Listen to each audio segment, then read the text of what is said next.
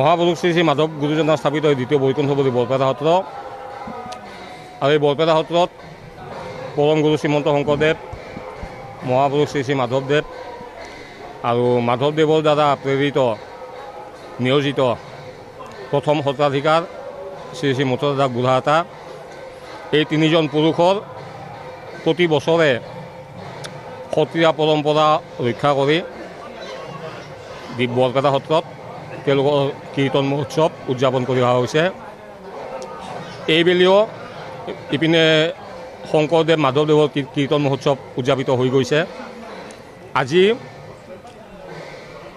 শ্ৰী শ্ৰী মুঠৰ দাস বুঢ়াহাটাৰ কীৰ্তন মহোৎসৱ 384 সংখ্যক কীৰ্তন মহোৎসৱ বৰপেটা সত্ৰত আড়ম্বৰপূৰ্ণভাৱেৰে সত্ৰীয়া পৰম্পৰা অক্ষুণ্ণ ৰাখি আমি বুঢ়াহাটাৰ কীৰ্তন মহোৎসৱ ভাগি উদযাপন কৰি আছোঁ।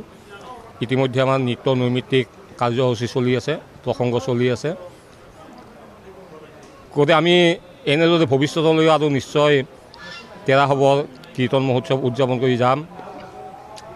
গুৰুজনে আমাক নিশ্চয় আশীৰ্বাদ কৰিব, আটাপুৰুষে আমাক আশীৰ্বাদ কৰিব, যাতে বৰপেটা সত্ৰত আমি তেৰাক শ্ৰদ্ধা সহকাৰে সকলোৱে সেৱা কৰি তেখেতসকলৰ আশীৰ্বাদ আমি পাই থাকিব পাৰোঁ, আমি এইটোৱে কামনা কৰিছোঁ।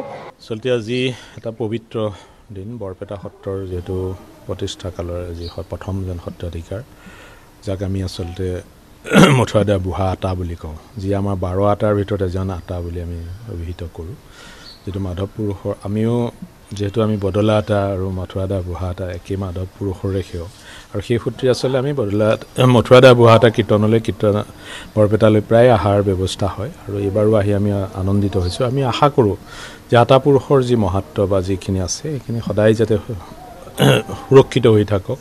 যি বৰপেটা সত্ৰৰ যি ঐতিহ্য আছে সদায় আজিও উৎফুল্লিত হৈ আছে, আৰু মই ভাবোঁ আৰু ৰাইজৰ মাজলৈ আৰু আনন্দিত হৈ যাওক। আৰু বিশেষকৈ কীৰ্তনত আজি যিটো পৰম্পৰা ৰক্ষা কৰি তেখেতসকলে পুৱাৰ পৰা আজি যিখিনি কৰি আছে সেইখিনি এটা সুন্দৰ ৰূপত চলি আছে। আৰু মই ভাবোঁ যিহেতু আমি বন্দনীয় থান সদায় আমাৰ উজানত আমি কমলাবাৰী মধ্যত যিহেতু বৰপেটা সত্ৰ আৰু নামনিত মাধৱপুৰ, এইখিনি গোটেই মহাপুৰুষ শংকৰ মাধৱ গুৰুকেইজনাৰ যি মহান সংস্কৃতি, এই সংস্কৃতিক যাতে আমি সদায় সুৰক্ষিত ৰাখিব পাৰোঁ তাৰেই আশা কৰিম।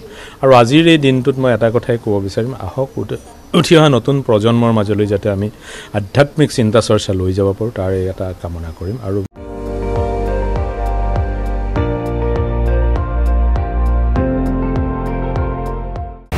আপুনি চাই আছে ND24, সৰ্বশ্ৰেষ্ঠ নহয় সৰ্বোত্তমৰ দৌৰত।